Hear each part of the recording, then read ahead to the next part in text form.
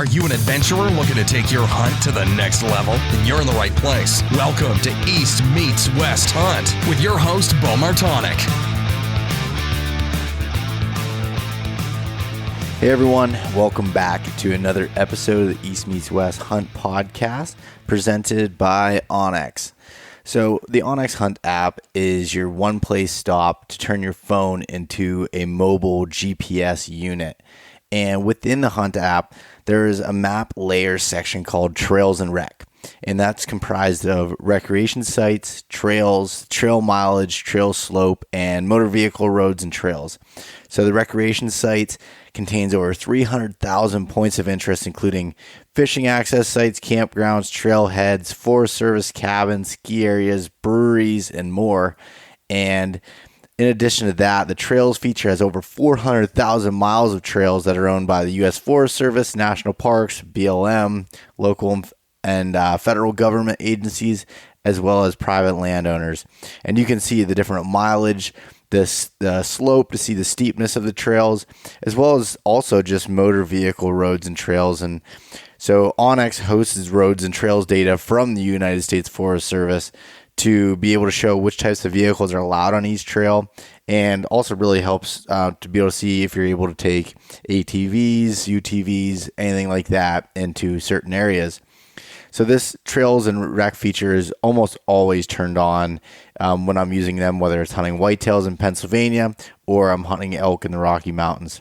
If you want to check out the onX Hunt app, head over to onxmaps.com and use the coupon code EMW. That'll save yourself 20% off the app. The University of Elk Hunting online course, a membership to UEH, provide you with immediate access to the most comprehensive and complete resource for increasing your elk hunting knowledge, your confidence, and hopefully your success. So in addition to having full access to the entire course for 1 year, you'll have access to the UEH mobile app, which puts all that content from the online course right into the palm of your hand, anytime, anywhere, with or without internet or cellular connection. Plus, UEH members receive an incredible discounts from Elk 101 partners, including 15% off elk hunting gear in the Elk 101 store. So if you head over to elk101.com and sign up for the University of Elk Hunting online course, use the coupon code EastMeetsWest. That'll save yourself 20% off of a 1-year membership. And Tethered. So Tethered evolved from a burning desire to provide quality gear and resources to the saddle hunting community because it kind of lacked in the availability of saddle-specific gear and innovation. And so Tethered solved this problem by designing, engineering, and producing the most mobile, stealthy, and safest elevated hunting gear on the planet. So if you're interested in checking out those products and learning about saddle hunting in general, head over to tetherednation.com and check all of that out. And I hope everyone had a happy Memorial Day. And I hope that you've been able to enjoy the weekend in honor of those who paid the ultimate sacrifice. And always thank you to the men and women who are currently serving and who have served our country. We are able to live free and be able to do everything we do because of you. So tomorrow, well actually today, when this podcast goes out here, it'll be the final day of the East Meets West apparel sale. So I'm doing a Memorial Day sale, and I don't think I even announced it on last week's episode, but if you use the coupon code Memorial Day 20, all capitals, on the website eastmeetswesthunt.com/shop, all of the apparel and gear that I have online is 20% off here.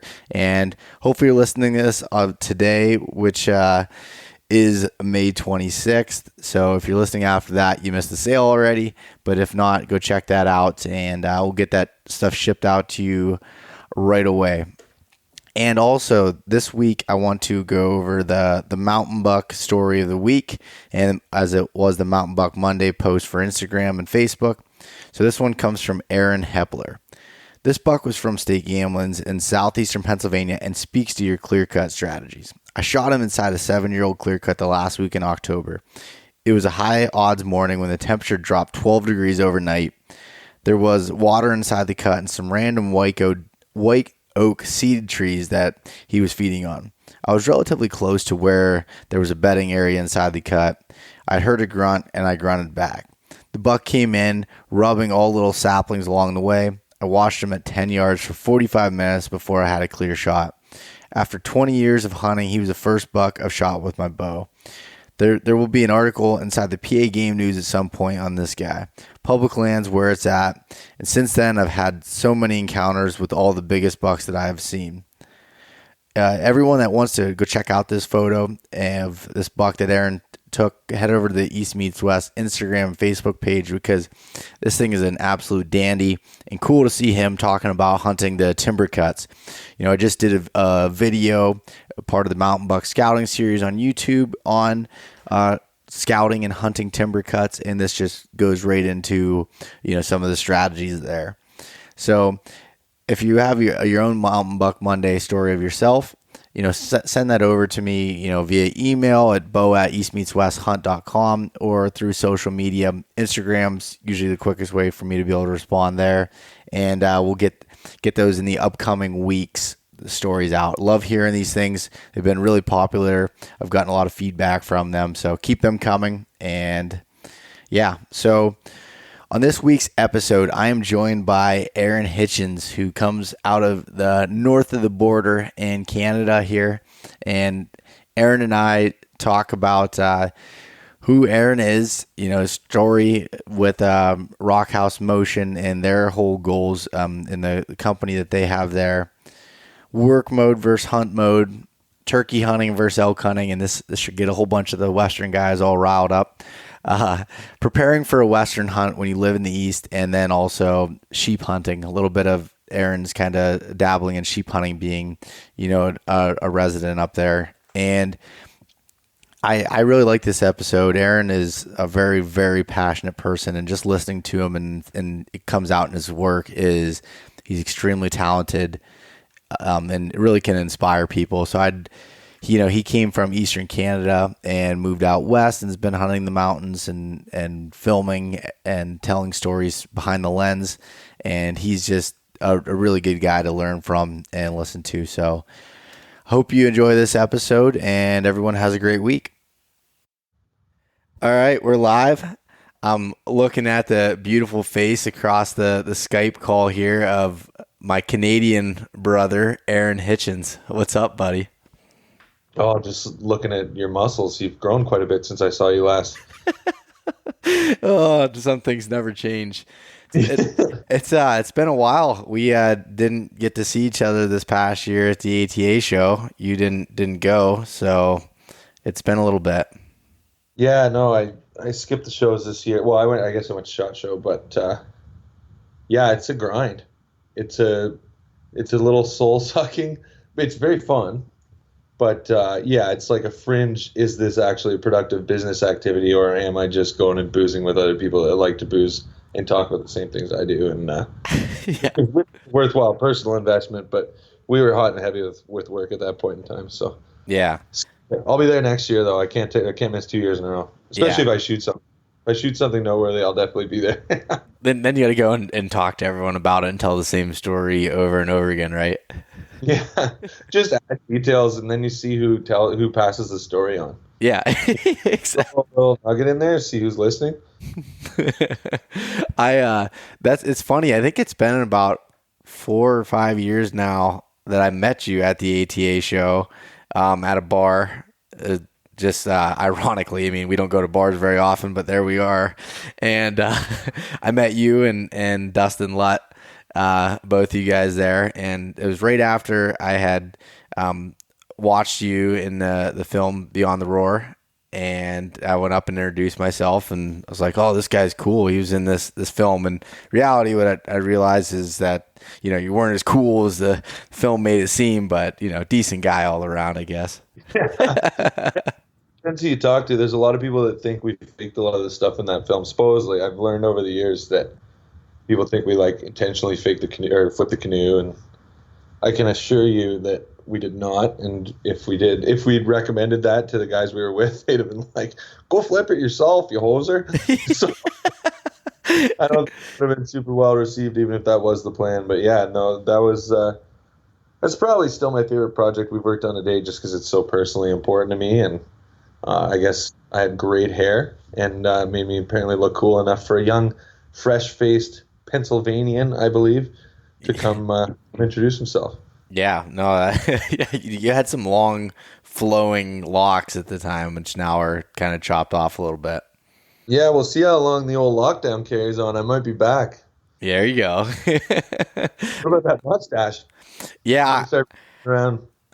I actually just trimmed it up like last week. It doesn't really get like super long because I bite it off. I tried getting it like completely covering the bottom lip, and I had it there, and I just like subconsciously, I don't know if it's in my sleep, but it just wouldn't grow at some point. It just hit a point where it was done, you know?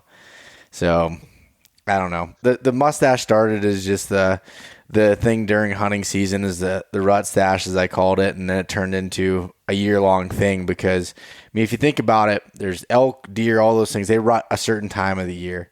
And me, I'm 367 or 365 24/7. I'm always rutting, so I just kept it the whole time. Boy, just always rutting. That's a pretty good t-shirt idea. Rutting, if you know, you know. well, I was at the Total Archery Challenge last year, and I had a booth set up, and I was selling some of my apparel, and the guy comes up and he's like, "Hey, why is this shirt, my rut stash shirt?" He goes, "Why is that, $15 and the other ones were $25?" I said, "Well, it's on sale because the whitetail rut and the elk rut, none of that's in right now. It's summertime." I said, "But me," I said, "I'm still rutting. I'm always rutting." Guy goes, "I'll take two." I was like, "Fuck yeah." There you go.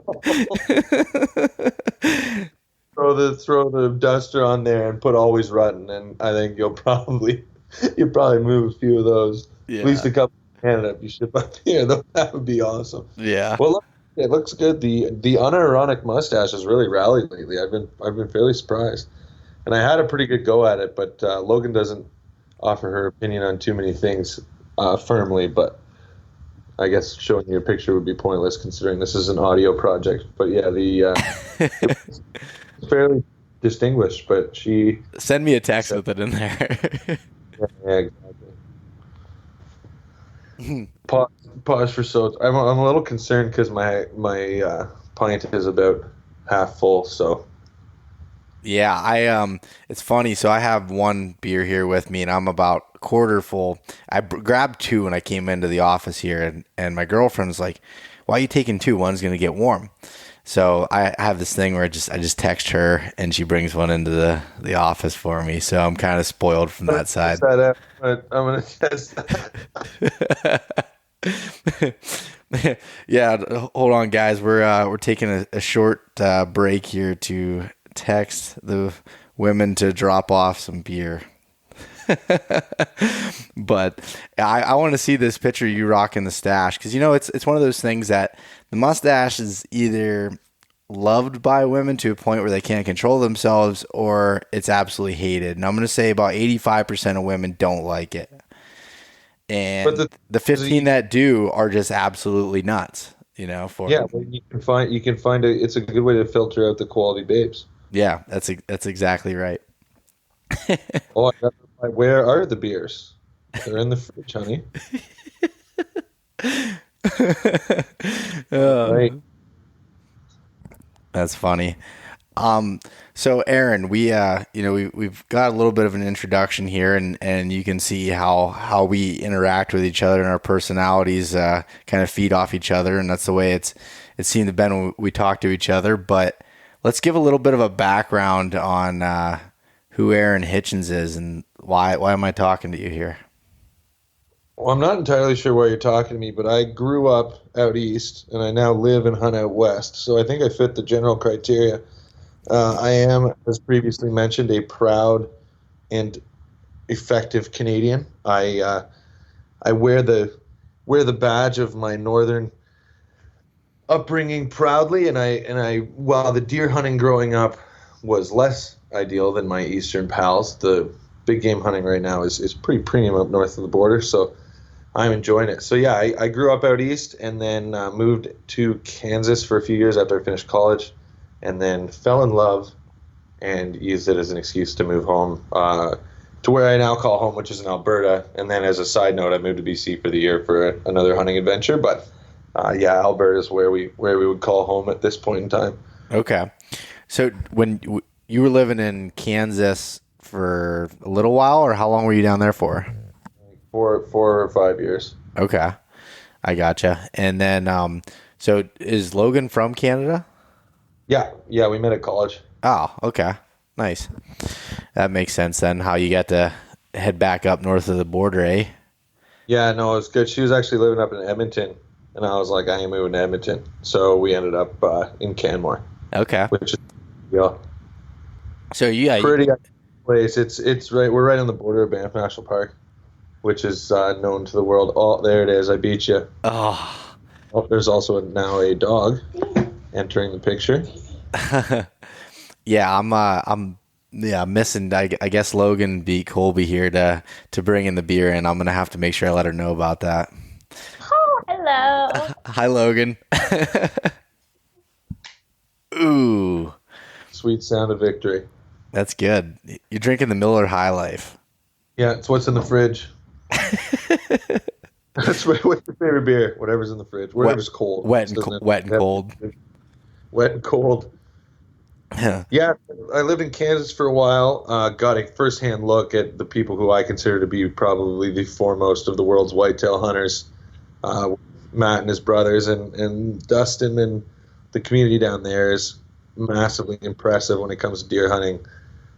And it's been really interesting watching just kind of the attitude shift and everything down there as everybody kind of matures into just consistently getting it done. And wives starting to hunt and the kids starting to hunt, and just the sort of kind of how Belichick has a coaching tree. It's fun watching people in different areas and the influence that they have on getting others involved. And it's they've done an awesome job of it, and they've gotten a ton of people involved and a ton of people on deer, and they've also now killed 200-inch bucks 3 years in a row. So yeah, those guys are the most impressive, like you say, whitetail hunters that I've seen on the Instagram. When I open it up in November, you can almost expect at some point for one of those guys to have something that just doesn't look real that popped up.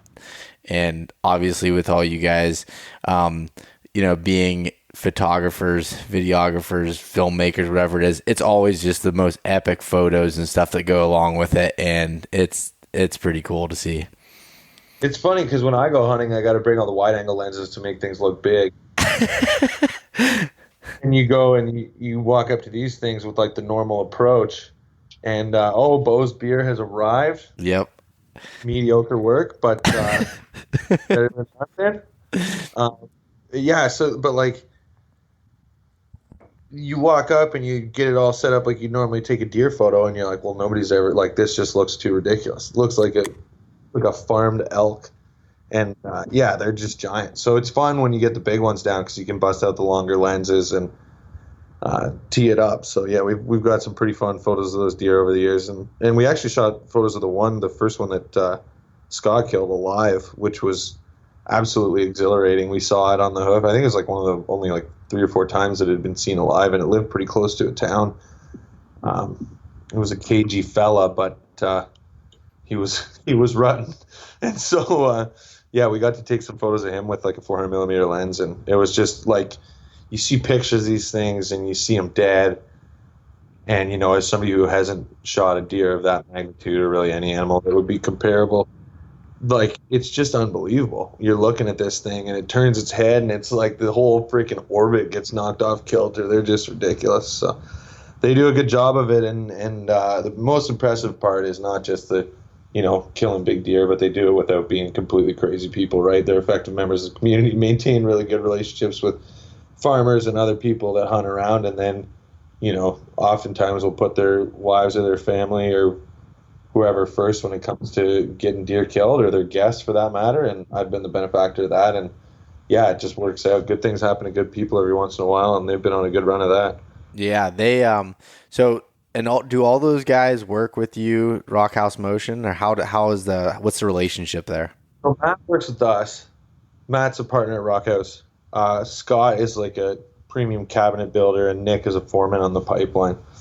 Okay. So he works with us at Rockhouse too. Gotcha. That makes sense. And so, yeah, explain a little bit about your kind of So when you went right out of college, is that where you started with Rockhouse down there? Or explain what Rockhouse Motion is and everything. I went for waterfowl down there, and we had like a Sitka endorsement, and they were shooting for Sitka, and so we met and then connected heavily over the photographic side of things, and they said to swing by, and so I swung by, and here we are, like, I guess 9 years later. That simple. Yeah, I mean, I think, yeah, it was a little bit more complex than that. I had to make some pretty significant life changes to hop on down there, but yeah, I mean, it was very clear to me that what they were doing was special. It was very clear to me that there was an opportunity for me to improve what was happening and in a few different ways and bring my sort of skill set to the table. And when I saw that opportunity, I, really went for it. And I think we've all been pretty happy that it worked out the way that it did. Myself certainly at the forefront of that. So yeah, it's been great. If you could describe, what you guys do at Rockhouse as your work, try to explain that, because, by saying, you're a media company, creative company, I don't know what the term is for that, is not giving it not giving it its credit. Let's put it that way. So I know you're not a person that's like, you're not someone that's conceited by any means, but I want you to kind of explain the work that you guys do, because the quality is like, it's really breathtaking when you watch some of your work. Yeah, I appreciate that. I mean, we have the good fortune of having access to a lot of the best gear in the game. But essentially what we do is we make what we believe to be the highest quality film and photography work and storytelling or product launching work that exists in the outdoor category. I think that, we do a lot of work that's not in the traditional hunt fish space, but we do a lot of work that is in it. And that's kind of a blend of everything from 15-second spots to 30-second TV commercials, down to, these kind of shorter 3 to 5 minute films. And then every once in a while we'll do something like Beyond the Roar, where, it's a sit down, get a pint ready, and then it's 18 minutes and a box of Kleenex. Hopefully, if we can successfully move people in and shed a tear or two. So we just strive to really get to the essence of an experience when it comes to an outdoor story. I think that there's a lot of cliche. Some of it is real. Some of it is kind of what people expect or feel like they need to do, and we just try and dive a little bit deeper and use a combination of technical know-how, sort of cinematic art, and then just good writing and good music, and sort of stitch the whole thing together, where we try and create a transformative experience for people. We just launched a film, I think it's probably a really good example of this, called Student of the Wild. And that sort of came about because I was up on, I actually forget where exactly I was, but I mean, it was a bad day. I just remember it was gnarly. And I was kind of, when you're just like redlined and hiking back in the dark. And I remember just feeling like so beaten, but then had this like, kind of got my second wind of self-pity, and it turned into a level of inspiration and just kind of gratitude, right? Because like the highs and lows that we feel in the outdoors are very uncommon, right? Whenever, one of the things that I'll kind of lean on whenever things are really horrible is, and you're just getting your ass kicked out there, is it's like, who else feels this way? Who do you know? Think of all the people all the people that were at your wedding or that work at your company or whatever. Who else knows what it feels like to be this tired, to care this much about something, to put this much pressure on yourself to succeed, to go further and deeper and find a way. Who else cares that much about something? And like, I tell people this all the time, especially as a Canadian reference, but like, you sit there as a kid and you watch people win the Stanley Cup, and they're just beside themselves, tears streaming down their face, and you can just see them looking skyward like they just can't believe it. And that's like such an inaccessible feeling for people on our planet. That just doesn't happen. You have to have this magical genetic makeup, and you have to pursue a sport and have the resources to do it, or you just go elk hunting. And it I really, I mean, as somebody who hasn't never won the Stanley Cup or any like super meaningful sporting event, I can't make the direct comparison, but like invest in, create, and then harvest an opportunity, and to care that much is is such a privilege that we have. And so I wrote this kind of thank you letter to the wild, called Student of the Wild, and essentially laid out the journey that I feel like I'm on, and I feel like a lot of people are on, and probably if you're listening to this, you're probably on, where it's just like this constant curiosity. And I think that the greatest mark of an outdoors person is one, is obviously you need passion, right? But passion brings about two things. It brings about curiosity, where you understand at a certain point that like there will every question that you answer, there's three more questions come out of it, and the more you learn, the more you need to know, and you just kind of dive in on this lifetime arc of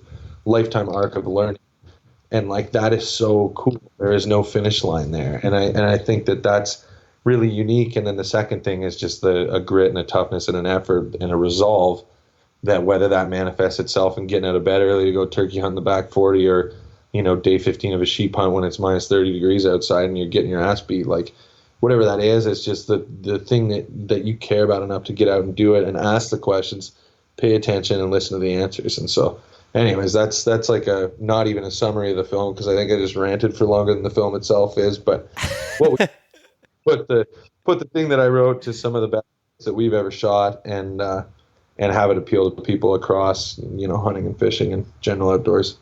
Well, you stole my thunder on what I was going to bring up, was the Student of the Wild film, and that, like, I've watched that multiple times now since it came out, and just it brings an emotion out of you. I remember the first time I watched it, you sent me it when it launched, like, check this out, let me know what you think, and I watched it at work. I was sitting on lunch break watching it, and it just was like made me want to get out of that office real quick. But it was, I don't know, it brought that same emotions you're talking about. Like, no one, as I walk around, say work or wherever I'm at, even just in general, is people don't get to feel those type of things. They don't get to, like, even for me, I notice like things that people think are hard or they bitch about or complain about, it's not that hard. Like in regular life, when you go to things that happen in what you experience in hunting trips and the highs and the lows that you're talking about, like, I live for that. Like, it's like a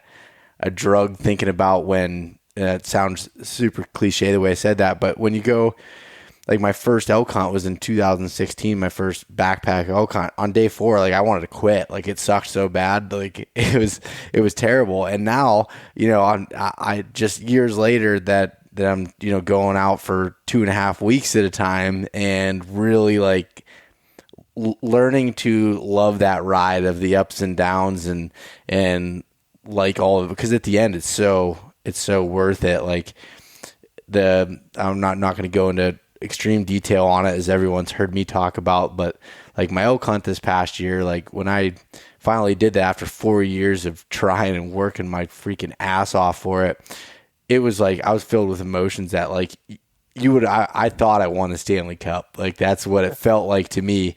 And it was an average 5x5 bull that wasn't anything special to anybody else except for me. And that's what thing. And like the cool thing about, in one hand, it is a community. Yes, I've done it, but like that experience is yours and yours alone. It's not, the people that were there with you, but like it's something that I think is really interesting. And that's kind of the one downside of the trophy side of things, is that people feel, I think, to a certain extent, almost ashamed when they get hyped about something that doesn't like measure out the same way. And like, that's ludicrous, but at the same time, it's good to celebrate things. And maybe that's a big elk is what it takes, or a big animal is what it takes for you to get excited. The thing is it's how you feel, and only you know that. And I think that what it does is it adds a lot of depth to your character too, right? Like, if I look at, you're talking about the things that you think or other people think are or aren't hard, just mentally and emotionally, like Logan, it's been interesting for me because I've been doing this, essentially my entire adult life, but watching Logan get into it, my fiance and beer delivery woman, coming from somebody who had she has an environmental science degree. She has a passion for the outdoors on what I would have considered like a little bit more of a, like she genuinely enjoyed it, but it's, it wasn't as deep. And like watching her confidence and the way that she has sort of this sense of self that has come from hunting successfully and sort of defying the odds and grinding it out. And, she shot her first elk after 18 days on the mountain. And she actually ended up recovering it on her own because I had to leave to go to a wedding and she was supposed to go. And I was like, we can't go. And she's like, you go, I'm going to find it. And I was like, okay, well, that's a really bad plan. And so whatever, you shot it, you make the call. She made the call and she went back in and recovered it on her own. And like that day looking for that animal, that changed who she is and it's just made her so much stronger. And I know that I've had those same experiences myself, but it's been almost more clear watching somebody else experience that for the first time. Yeah. No, it's been cool. I mean, watching you and Logan over, like said, the last however many years that I've known you and seeing her like progression as becoming a hunter and seeing those emotions. And I mean, you've even created an Instagram page out of her feelings, but feelings if anybody wants to have a good laugh. But it's cool to see that, and probably, for your own self, been doing it for so long, it's harder to kind of reflect or be able to see those things happening and those changes happening. Whereas as you're seeing it from the outside perspective on somebody else, it's easier to pick up on that, Yeah, and I think in a way that's kind of what we try and do with our work, right? Like I think Student of the Wild, in to some sense, is a vehicle for people to reflect and in some ways maybe understand or be able to interpret things in a way that they hadn't necessarily before, but it probably applies to them. But just the idea of that endless curiosity and like the gratitude to have the opportunity to go, to extend the metaphor, live and play in nature's classroom. Like I think it's a pretty cool thing, and it applies to much more of life than just getting the next tag filled, but it's, it teaches you in such a absolutely finite way. Success is binary. Yeah. And you can go hunting and have a great time and not kill anything, but like if you kill something, you succeeded, and if you didn't succeed. And like it doesn't matter if you do 100 things right, and sometimes somebody goes out and they don't even do one thing right, and then except for the shot, and they get it done. So it's not fair, but that's nothing is, and it's kind of a really good representation for that. You have to get used to live through the person that is clueless and goes out and shoots a monster on the first day, and you have to live through going out and pouring your heart and soul into it year over year and not succeeding and wondering what that is, but you just trust the process and trust your instincts and just stay humble and learn. And that's kind of the thing that I think separates the truly exceptional people from that's really the deciding factor. What do you pay attention to, and how critical are you of the information that you receive? How do you gather it, and then what are the lessons that you walk away from every day in the field? Like what did you learn, and how can you know better next time? Yeah. Do you think like so when you moved, say, from east to west and started hunting the mountains and stuff, do you think that was kind of like the process that you went through personally, and just kind of like, do you gain that at that time, or do you think you kind of learned some of those lessons before that? Oh, way before. Mm-hmm. Like you learn it the second you step outside on any day if you pay attention, right? Like if you look at the weather report and you listen to the birds sing, I remember reading this study from somewhere where they correlated turkey gobbling to the barometer, which is real. Like, I mean, and that applies in very simply, in my opinion, in both elk and turkey hunting or anything that you're hunting on a rut type situation where, if the barometer's rising and the weather's getting better, their game are more interested in breeding because they know that they have, sunny skies awaiting and they might not need to feed as hard. That's so obvious, right? But I remember sitting there reading that and then thinking like, man, all the like little home videos I had of myself shooting turkeys, the birds are going ape shit. All the songbirds and everything. It's like, and you can almost not hear the gobbles. I remember it always make me mad on the shitty old audio devices. But like, yeah, it's when the woods are electric in the spring, and the turkeys are also electric. That's because they're all still birds. They all have the same goals. And so like just that little thing of like, when it's sunny, when it's even not even sunny because the barometer is more nuanced than that, but like that's something that I remember learning when I was maybe 14, and when I at some point had some limitation on how much I hunted, I would like go wake up at 4 a.m. and check the barometer, and like that was night and day, knowing what to expect. And like those lessons are there every time, whether you're anytime you go outside at all, and anytime you hunt for sure.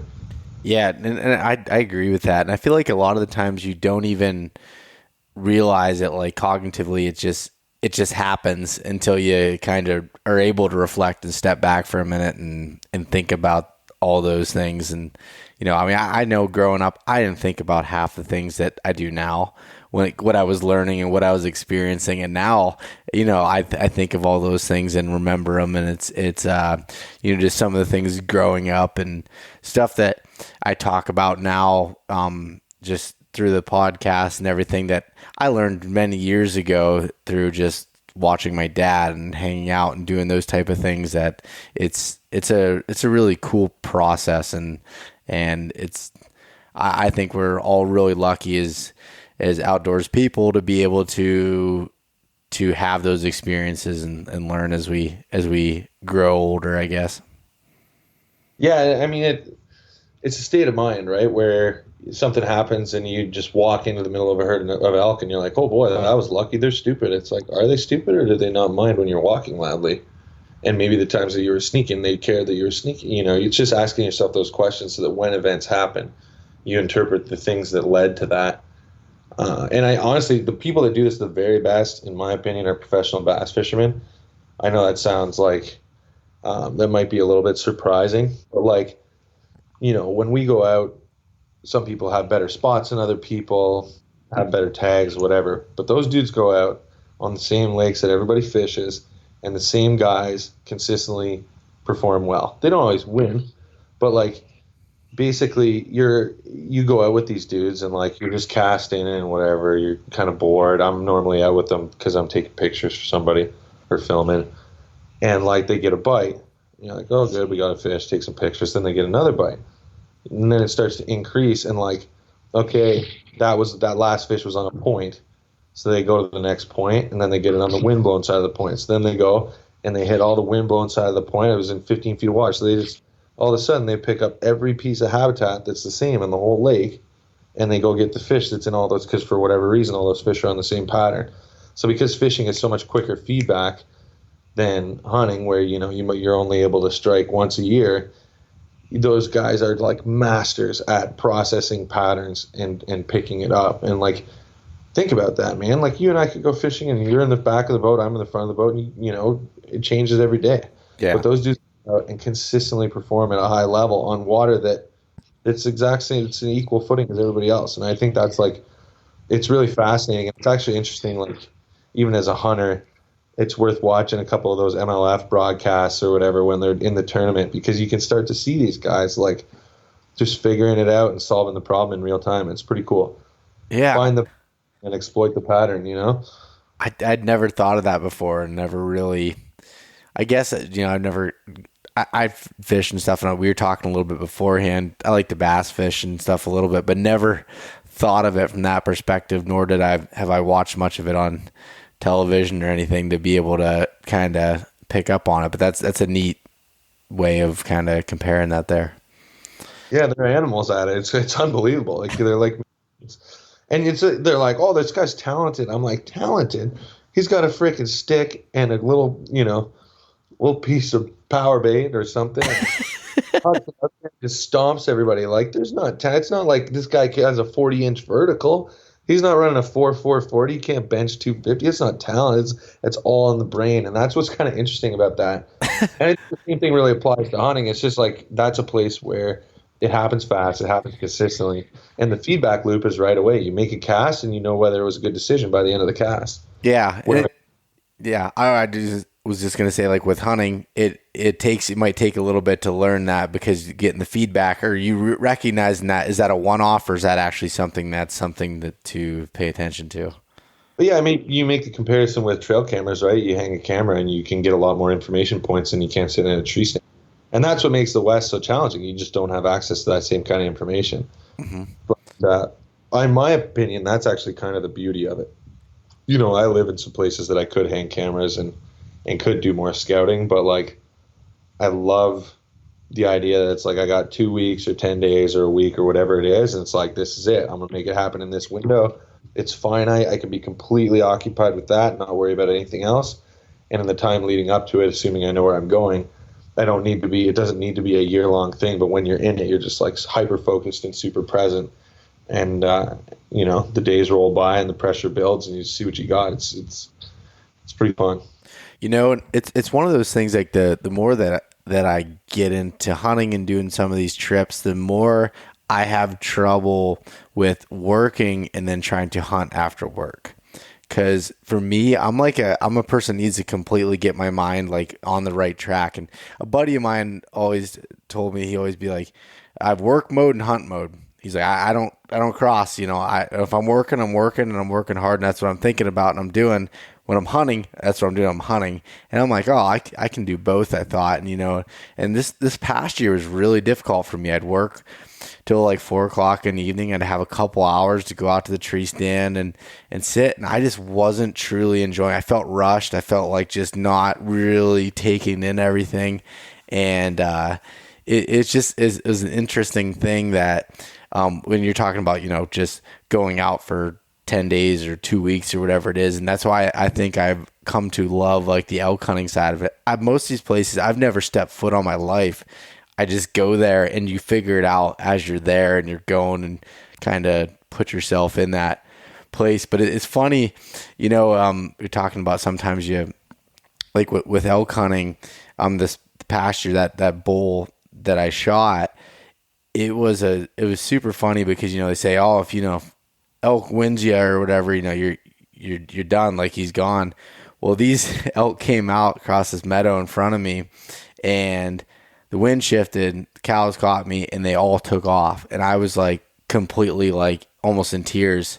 And I'm like, they were running back towards the saddle. I'm like, can I get there? I'm like, no, these are elk. They run these mountains all the time. I'm not going to catch up. So I don't even look fast. So they're so fast. Yeah. So I just sat there. I was like, maybe they'll come back out, you know, thinking in my head, that'll probably never happen. And literally 2 minutes later, a couple more cows added to the group. They came out the exact same trail and they ended up shooting that bull in that spot. And it was just weird to me. I mean, is that more luck than anything? Probably. But it was just, I don't know. It was a cool, I guess, experience and process with it. And for me, it was just like, you never know really what can happen. What can happen in that scenario. Yeah, and I mean that's pretty crazy. I remember like I was talking about how important the wind was, and like I could just tell that Logan thought it was all bullshit. You know, she's like, this is just a scam by these companies to sell you like some scent blocker, you know, whatever. I do enough laundry as it is. I don't need to be washing my freaking hunting clothes. I remember one time on the topic of working mode and hunting mode, we'd hiked up to this high point and I was on a conference call with Cabela's because I was directing their TV commercials at the time. And so I was like running them through. I had Logan's phone with my storyboards that I'd drawn and I was like running them through it, you know, trying to block the wind sound and make it sound like, I'm like, oh, I'm just out here gaining authenticity. Don't worry about it, you know? But I'm conference call, all of a sudden this spike bull, because every time we stop, we, you know, before we eat or have a nap or whatever, we cow call and just fall asleep and see what happens kind of thing. But this spike bull came in right to where we were at and the wind was blowing over our shoulder and I like start whispering on the conference call. Everybody's like, what are you doing? And this bull comes into 20 yards and hit our scent, man, and it was like, it blew Logan's mind. It was like it walked into a glass door and bolted out of there, and that changed everything. Because you know, if you don't see it, you don't believe it, and even if people tell you, she's like, oh, they really hate that. I'm like, yeah. It's not just like, oh, it's not like I farted and they're like, oh, that's kind of annoying. I don't really like that smell. I might leave. It's like, no, it's, you may as well be screaming in their ear because they do not like the way people smell for the most part. But I guess you've got that sweet Beau odor. Yeah. That lingering mustache scent. Yeah, I think that's what it must be. And the one thing that the one thing they don't like as far as a sound is rappers. They don't like the rappers like a Cliff Bar or anything like that. When we were on that elk hunt, my cousin Mason, he had this terrible hike out of camp up the top of the hill. He got up there. He was so tired, it was just getting light, and he sat down next to the tree. I think he cow called, and he opened up a Cliff Bar. And as he like unwrapped it and had it halfway in his mouth, he looks and there's a spike bowl just staring at him. And he's like, "There's nothing he could do at this point." And like tried just like standing still. It didn't like the whole Cliff Bar part there. But as far as breaking sticks and stuff, a little bit different story. Yeah. I would remember, again, like I learned a lot of this stuff recently, and I remember our first season, Logan and I chased him around. She just walked in the middle of a herd, and I have no idea. It was the most possible thing I've ever seen. We're like 100 yards from these things in the timber and like kind of some open aspens. I was like, all right, like, there's a bunch of cows. He's not coming. I've bugled a million times, as I do. I couldn't bugle. I mean, I just couldn't make any more bugles that were different. I'd run through the entire orchestra of bugles I could possibly think of. So I'm like, all right, just walk in there and shoot an elk. Like, good luck. She's like, okay, I got this. So she kind of like disappears. And I'm watching through binos, and I'm looking at this cow, and there's a spike bull. And then all of a sudden there's Logan like next to them. And she must have been within like 4 yards of these things, just walking, like, I don't know what it was. She's like, oh, I'm just going to be like walk like the elk and move like the elk. And of course the herd bull skirts the whole thing. And she had a few windows and he was like 40 yards. But she was probably within 20 yards of like 8-10 elk, and they just didn't care. It was the craziest thing I've ever seen because she just walked right in there. Oh man. He's a good sponsored boy, having a sip of that crispy Busch Light. Yep, I had to move over from the Lucky Streak. She texted me and said, "Do you have any cold beer in the garage? Because there's none left in the fridge here." So she went out to the garage and got me some cold beer because I had my extra stock out there. Came prepared. Got to be prepared to podcast, especially like I said with my buddy north of the border there. Yeah, we can, honestly.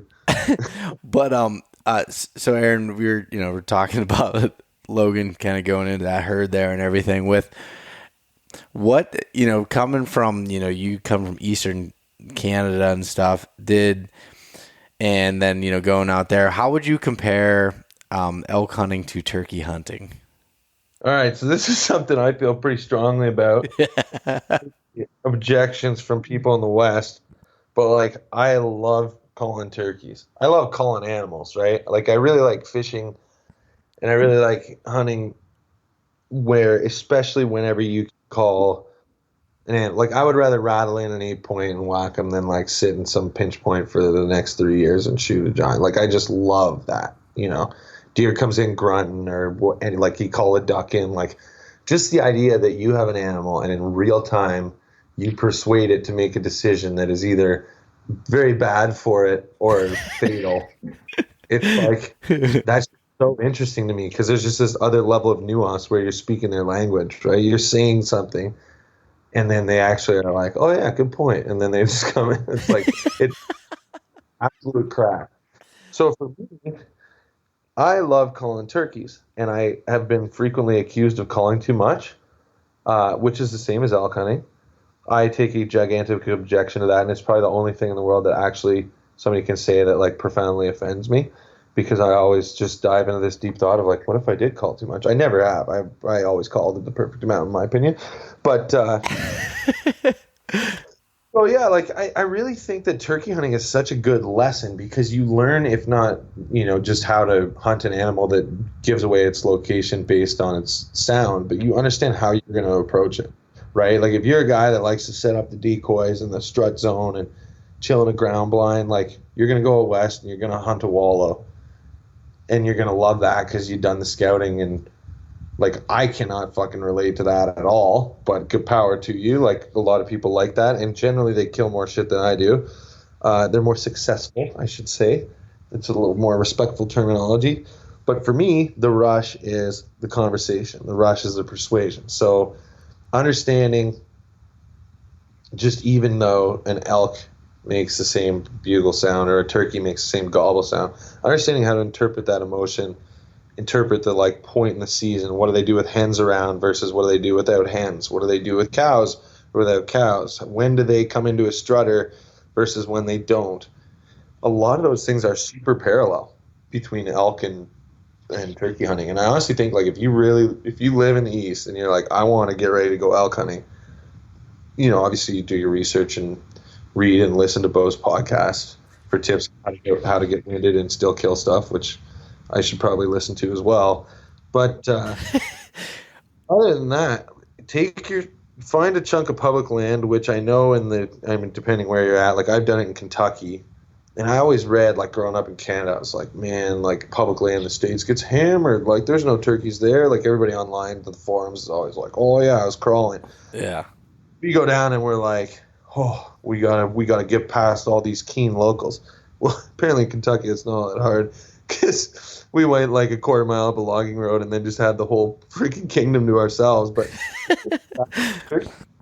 and it's such a perfect dry run because it's the same thing. You hear birds, you load up your stuff, you gun after them, you lose them, you know, have a break, roost them again, and you move and follow the birds, same way that you move and follow elk. And it's just a great dry run because you can carry a pack up and down a hill 100 times and get in shape. You can read all the packing lists in the world, but there's so many like little things that you forget. One, on the camping side, and then B, you just understand how you're going to hunt and the way that you like to do it and what motivates you as part of the experience. And if you have all of that beforehand, you're going to be so much better prepared when it comes time to actually go.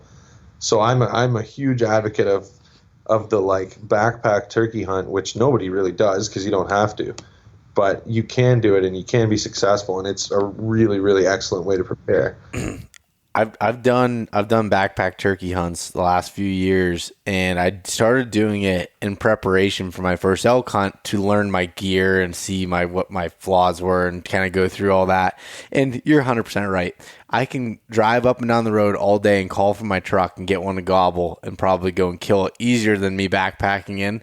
But one, it's fun to be able to do that. I've found places that I can go backpack and camp next to a lake or something, do some fishing in the evening, turkey hunt in the mornings, do some different things like that. And yeah, you're 100% right. Like I can't speak for all the states here, but like Pennsylvania, we have lots of places that you're able to backpack in and do those type of hunts, and you can combine it with fishing and stuff to be able to do that for turkeys and deer and yeah, most of the Appalachian regions like that. I know Virginia, West Virginia, New York. I'm not sure about further northeast. I haven't been up that way, but okay, I've done it in Kentucky. It's actually pretty tough where I grew up just because there's only turkeys around agriculture. Like, there aren't really any birds just because we're so far north that they just can't hack the winters. I kind of hunted furthest northern wild turkeys growing up. So they were very tough to kill, which I think is actually good because thankfully I was obsessive enough that any kind of success over any term of time was a win. So even though it was super challenging, it just, it sort of forced me to push myself a lot further than I find myself being pushed when I hunt some other places stateside and elsewhere. But yeah, it's great. And I mean, the thing is, right, like you can have all the stuff, and it takes seasons, but you end up just knowing exactly what to bring in your backpack, exactly how much of it, what you're going to use, what you're not going to use, what you didn't think you'd use, but you should have, like the right amount of Advils for if something goes wrong with your back, then you just need to gut it out for a week. Like I rolled a quad on the way into an elk hunt in Colorado one time and was in for like, I think a week and a bit after that. And like, that was a really good lesson as far as how much amateur pharmaceuticals you need to bring. And the answer is a lot, like that extra tablet of Advil is not that heavy, but let me tell you, it's the liquid gels is the juice, those like green ones that kind of dissolve if they get wet at all. But those things, and like, man, things like that you find out around, and everybody else has their own list. I'm sure that some people would look at my list and say, oh, that's heavy, or they're missing that thing. But like, you understand what it takes for you to be comfortable and confident, because there's a big gap between what you need to survive and what you want to have when you're hunting. You could get by with way less, but like, when you really think about it, is the 2 pounds that you save by leaving something behind, like maybe a pillow for your thermarest? You know, sometimes I get chirped for having an inflatable pillow. Oh, that's what I had in my mind as you started saying this was a pillow. Yeah, pillow's a great example, right? Or like, I bring a sleeping bag liner, which is unnecessary because you have a sleeping bag. Like, why do you need a liner? It doesn't really add any warmth. But just like those little things that allow you to sleep better. For me, extra food. I bring an extra Mountain House for like every third or fourth day. So like, if we have a real grind, I can eat a second dehydrated meal. Sweet. That's a huge win. For Logan, ramen every second day. You know, if the weather's bad, you bank on 50% bad weather. If it's a bad weather day, she eats ramen. Like, those are the things that keep you out long. Because it's not just about like, oh, I can climb this hill that fast. It's like, can you climb it that fast 10 days from, or are you even going to be here to climb it 10 days from now? So it's understanding where your pressure points are. For me, weight doesn't really matter that much. Like, I'm built, thankfully, to like, my build and physiology supports carrying heavy loads and long distances. That's great for me. Other people don't have that benefit.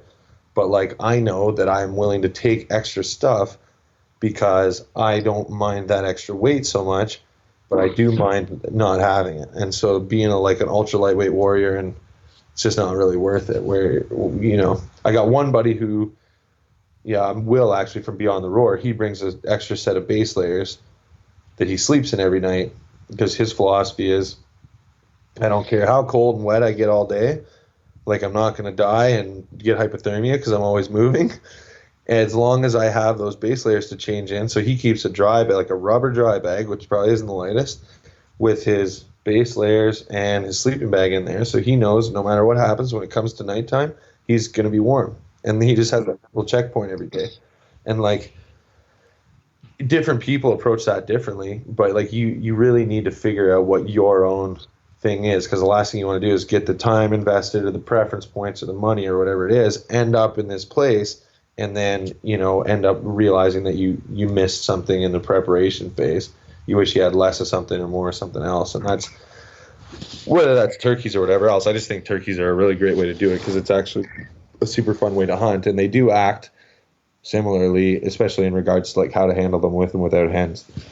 Well, it's to go back to the comfort thing about like carrying stuff. The pillow is the one for me that I had, even just like a regular, like, I had a climate blow up pillow, and that was nice, but it was like, I had to have some layer, like a hood or something in between it, because it was loud on my head. And I found this Sea to Summit one that had this like soft, like nice little, like, I don't know. You own it? Yes. Okay. Yeah. Man, it might weigh double the amount. It doesn't pack as small. I don't care. Like that, I need that at all times, and so comfortable.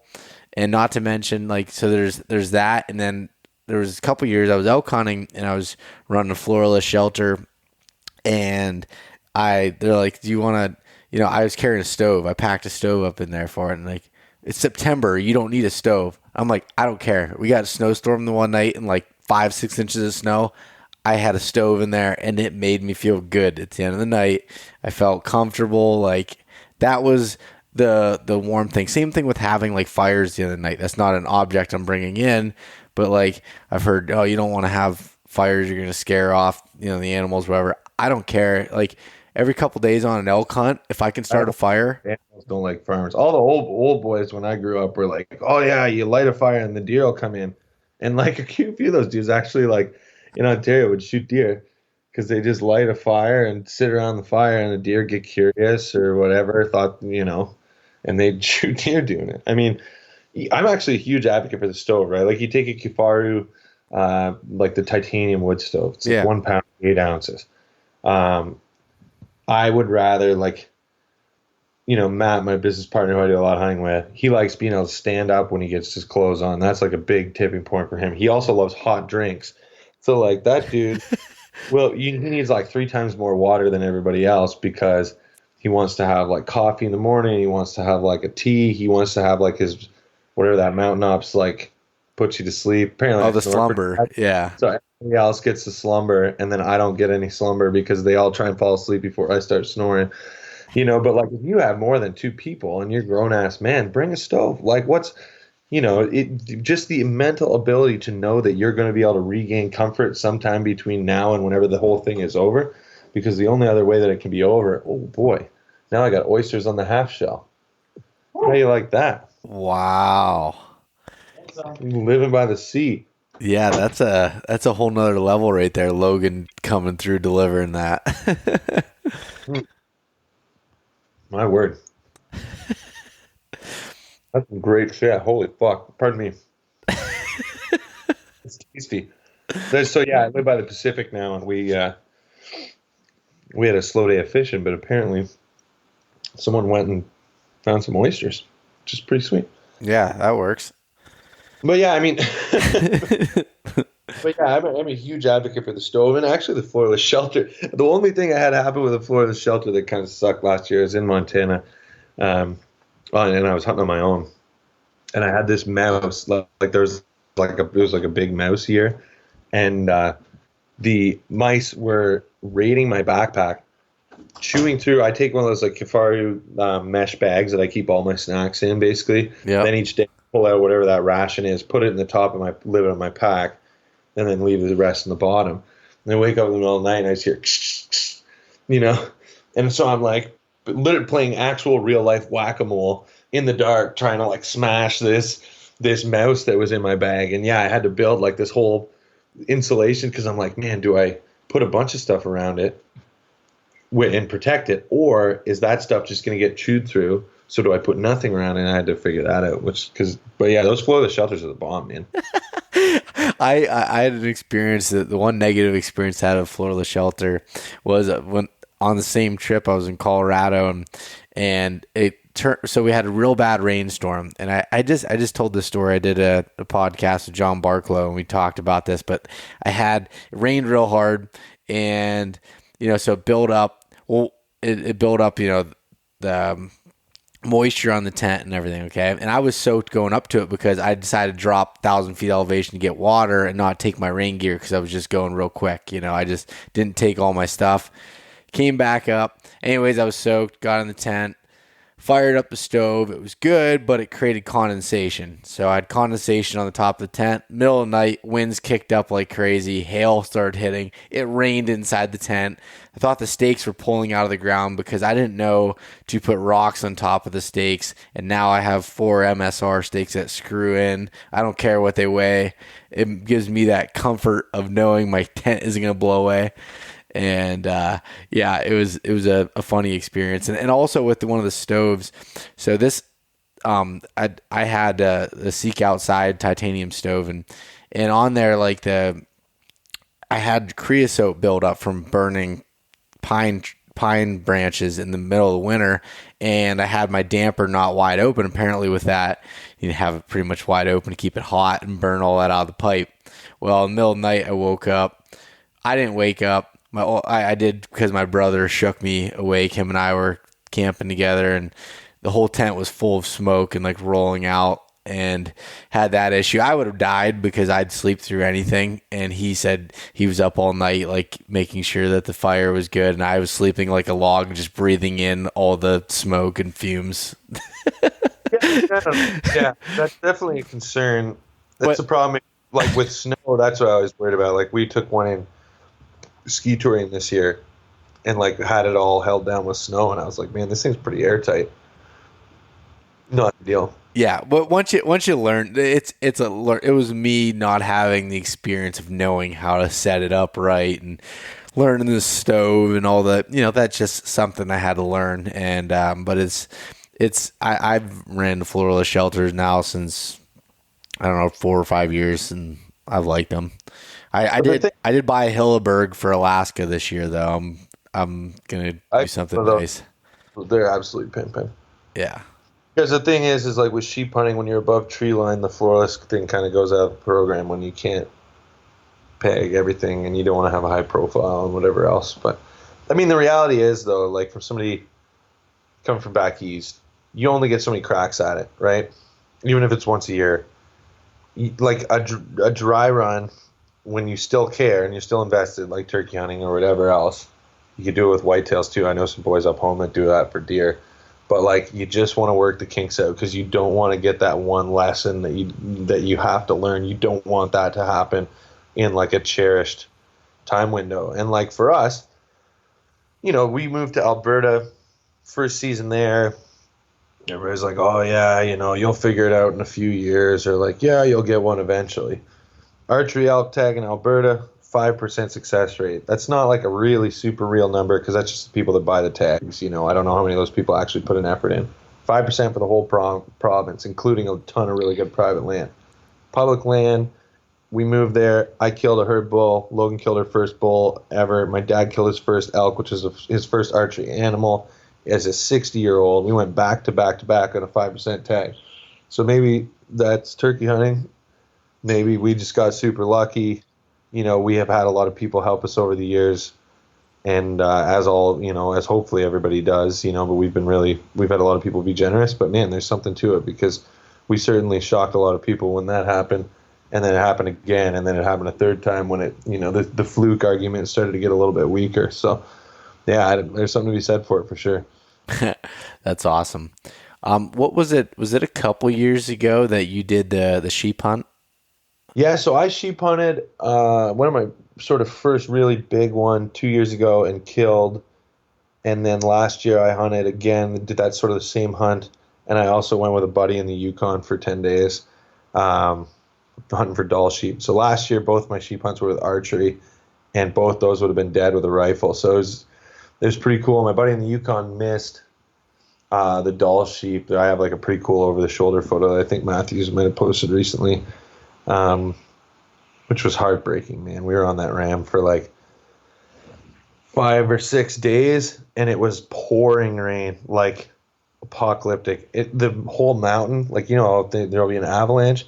It was like landsliding because of the rain. So this thing's on its own, carved out in this like beautiful little meadow. But this meadow, the only 2 access points were extremely sketch. And that comes from somebody who, I rock climb and I, downhill ski in the backcountry. Like I have some capacity for gnarly conditions and steep stuff. And I mean, it was absolutely harrowing. It was horrible. And we finally found our window and made the stock, and then poor Terry, it was a steep downhill shot, and he missed it by like an inch under his chest. And then we went to Alberta and packed in, got up, and then like covered a ton of ground. There were 5 of us. We split into 2 groups, and then ended up we found about 1 billion ewes, like always, and then finally found the rams, and one of them was like a 9.5-year-old legal, and he was a prince. And so the first day we were on him, we were like putting them to bed, and then all of a sudden a grizzly bear walked up the valley and blew them way out. Like they were gone. So the next day it was like something like from where we were on them, I think it would have been like 12 miles back to the tent. So we like walked back to the tent in the dark, had a meal, got back up, hiked back up to where we were at. So there's nowhere really flat enough to camp. And then got on them again. They were probably 3 miles away. Actually spotted them through binos, which was pretty rad. The Zeiss Victories are my best friend in that environment. And then made this crazy move to get on them. And they ended up going down in the timber. They're in like this little canyon. And so they were going to feed up through this meadow. It was perfect. Wind was good. And they went down, got in position. The wind hit the back of their necks, and the sheep didn't know where it came from. So they ended up walking by our guys, our shooter down there at 40 yards, and he didn't even know they were there. He didn't even see them. We're just watching this sheep walk broadside past him, like waiting for it to die, and then he never even picked up his bow. Are you serious? Yeah, it was crazy. That was nuts. And then they were once they got a hold of the whole program, and, 2 guys filming and the whole rope, they were so gone. They over the mountain and far away. So hopefully they lived to see another year. But yeah, sheep hunting is pretty crazy.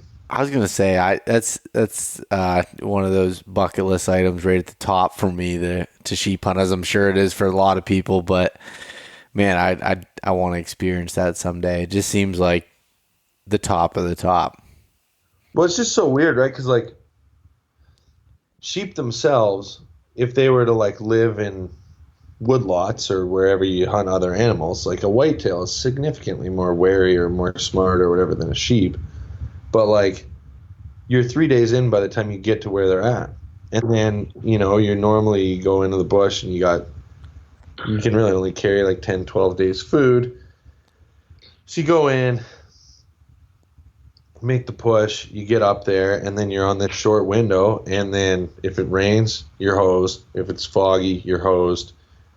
So every moment of openness, you're just glassing. And then the next thing, it's one thing to find them, but then actually closing the distance, they could be not even a mile away, but they're on a whole different mountain range. So by the time you drop down, climb back up, and make it happen.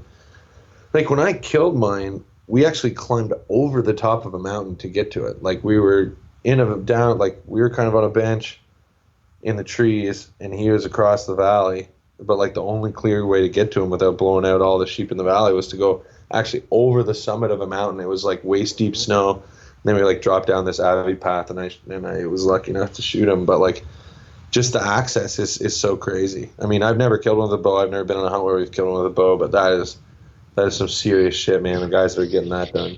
Yeah, I would say that's insane.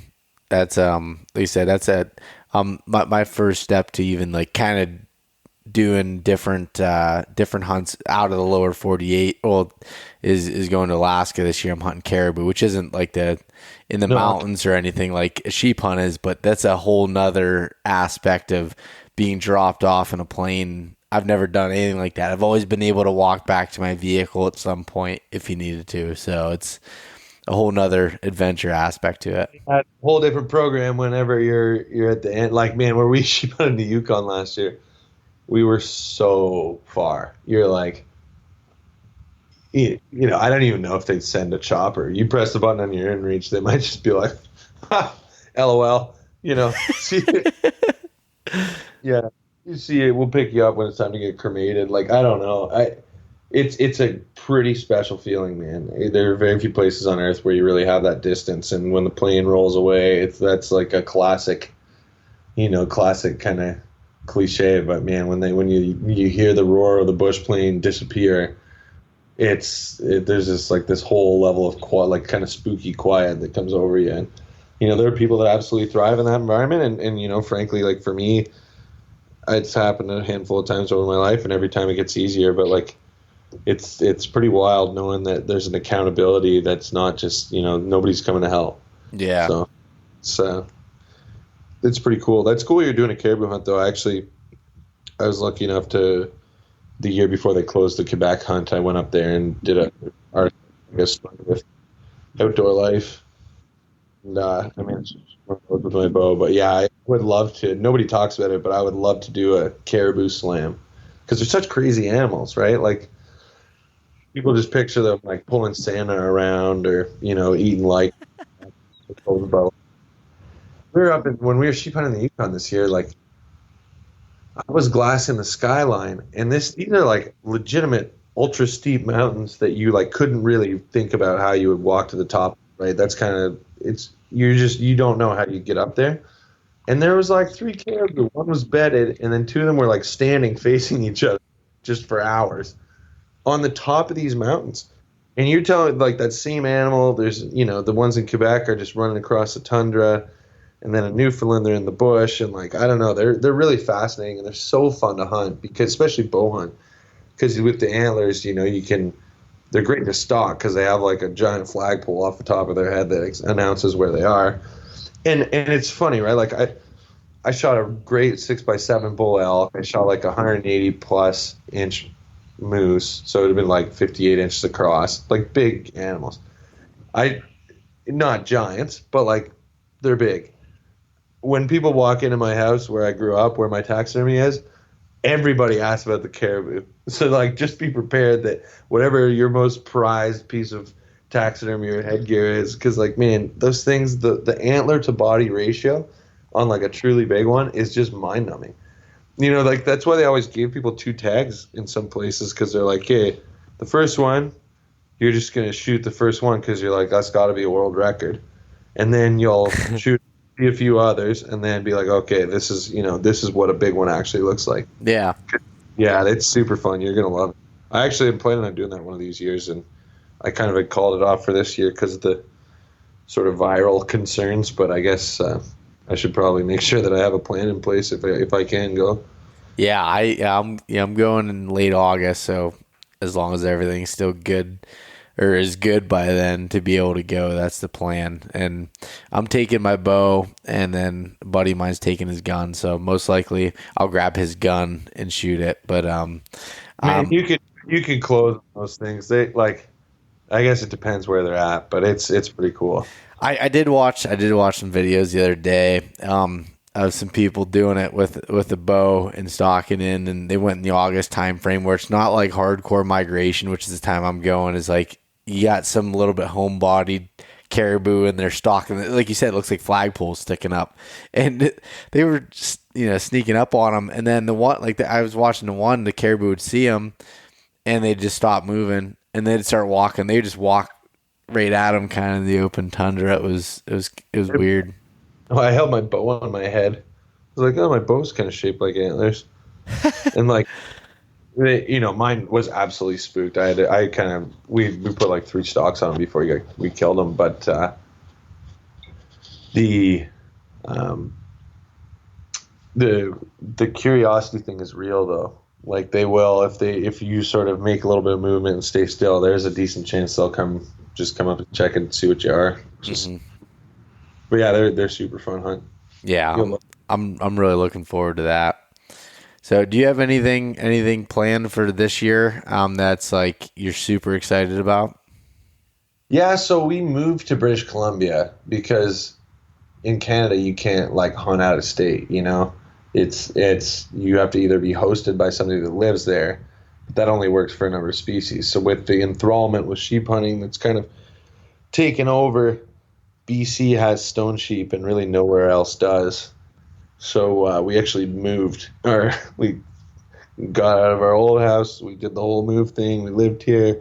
We've been here for almost a year by the time hunting season starts, and residency requirement is 6 months. So I somehow talked Logan moving provinces. And so we will be hunting stone sheep and mountain goats primarily. And then if, the BC's, there's 13 different species of big game to hunt, but it's going to be difficult staying focused on just 2 of them. But those are the ones that we really need to do while we're here, focused on the stone sheep. And hopefully we can get Logan one with the gun. And then if we're successful at that, I'll probably just grind it out with the bow until the bell tolls, and I will most likely be unsuccessful. But ideally, we get one between us to as a souvenir of our great British Columbia adventure. So I'm just really excited for that, man. This part of the world is so gorgeous. It's so beautiful and so wild, and it's a new challenge. I mean, I just like new things and learning about new species and hunting new areas. And there's something to be said for going back to a spot well, but that won't be it this year. So I've pretty much canceled everything out of province, except for Kansas whitetails. We'll go down there in November once everything's frozen up down here, and then we'll do some good, fun waterfowl hunting. But yeah, the priority through our normal big game window, where we're trying to jam all over the place, we're just going to be up north in BC trying to get it done, and then make up for it with twice as much elk hunting next year, I guess. There you go. That's funny. Well, cool. I'm pretty jealous that the opportunities that you're doing sheep hunting and stuff there. It looks like maybe I'm going to have to become a resident of British Columbia for 6 months before the season. You could do it there. Could do it there too. Yeah, I ran into a guy. I met him. I was up in Alaska and I was hiking this ski resort with my brother and met him. This guy was trail running up the course, and we've become friends and see him on Instagram and stuff now. And he's a resident of Alaska and he shoots a sheep like every year. And it's like, that's awesome. it was so crazy. And I was up in the Yukon this year. They're like, yeah, I'm just really going to miss sheep meat this year. I'm like, what do you mean? He's like, oh, I mean, had a kid. I was only able to hunt a couple days and passed on a young one. And like, they actually treat sheep as like it's like filling the freezer with a whitetail. Because like, if you know what you're doing, and Dall sheep are white, and you know, like those guys pull it off consistently. And I'm like, you crazy bastards. Yeah. There's no way there's enough calories in a sheep to offset the number of calories that go into getting one killed, but they seem to think differently. So that's funny. It's pretty cool. I mean, that, you know, I never thought when I was in Ontario that I would ever, you know, hunt out west to start with. And then once you understand the opportunities that are there as a non-resident, then you start to understand the opportunities that aren't there. You're like, well, how do I become a resident? And that's kind of the path that we're on. So yeah, I mean, I obviously love it, and thankfully have a fiance that loves it too and is open to a absolutely irrational adventure of a year of our life in a different place. But here we are. That's awesome, man. That's the epitome of adventure there, and kind of living the lifestyle that you do. That's cool. So yeah, we'll see how it goes. I don't know. I'm already pretty nervous, but we'll see. Yes, yeah, stressing yourself out over it. I talked about it on a podcast. Now I really got to kill one. Yep. Yes. Especially when we'll get you back on once you kill the stone sheep, you and Logan, and then we'll talk again. I mean, that's just what it is. That's the way she goes.